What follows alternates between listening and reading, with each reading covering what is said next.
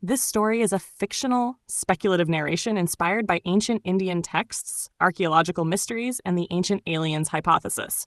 It does not claim historical or scientific accuracy, nor does it intend to challenge any faith. It is created for imagination, emotional depth, curiosity, and reflection.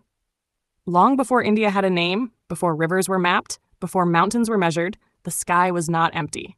It watched. It waited. Ancient accounts speak of nights when stars drifted out of pattern, when lights descended without fire, when shapes hovered without wings or sound. The people of that age did not call them machines. They did not call them invaders. They called them Devas. Because language breaks when the unknown arrives. Across the Indus Plains, in lands now swallowed by dust and silence, stone platforms rose from the earth.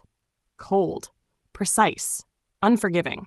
No idols, no prayers, no inscriptions. Only geometry, sharp angles, merciless symmetry, aligned not to the sun, but to distant stars that modern science would name only thousands of years later. As if the builders already knew, they would not be alone forever. What history reduced to myth, ancient India carried like a wound and a memory. The visitors did not arrive with thunder. They did not burn cities. They did not enslave minds. They observed. They watched humans love and fear and destroy and ache for meaning. They studied longing. They studied grief. They studied silence. Earth fascinated them not for gold, not for water, not for survival, but for consciousness. Something here was unstable, volatile, beautifully broken. Fragments buried inside forgotten Vedic verses hint at this. Verses rarely translated, often ignored, almost erased.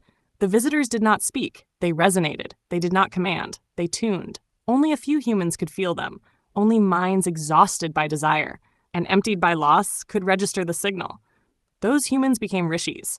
One such rishi lived high in the Himalayas, where winds howl like grief and nights feel endless. He had loved once. He had lost everything. Desire had hollowed him. Pain had emptied him. When the visitors scanned human awareness, his mind did not resist. It did not beg. It did not want. It was open. They noticed him, not because he was holy, but because he was broken enough to be silent. They gave him no weapons, no machines, no promises. They gave him truth. Consciousness was not born on Earth. It was awakened here, painfully, slowly, imperfectly. Humanity was not divine. It was experimental. The rishi understood something unbearable.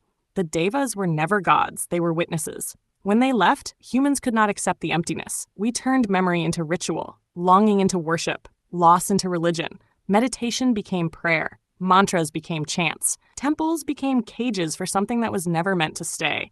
Yet the ache remained. Why does silence still undo us? Why does desire feel cosmic? Why does love feel like remembering something lost before birth? Because the signal never stopped. We stopped listening. And if they return, they will not come to the powerful, or the faithful, or the loud.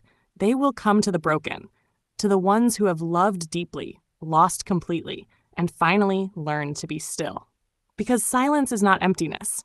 Silence is longing, resolved. If this story stirred something uncomfortable in you, do not push it away. You are remembering. Like, share, subscribe. This is God is an Astronaut, and new stories will keep unfolding.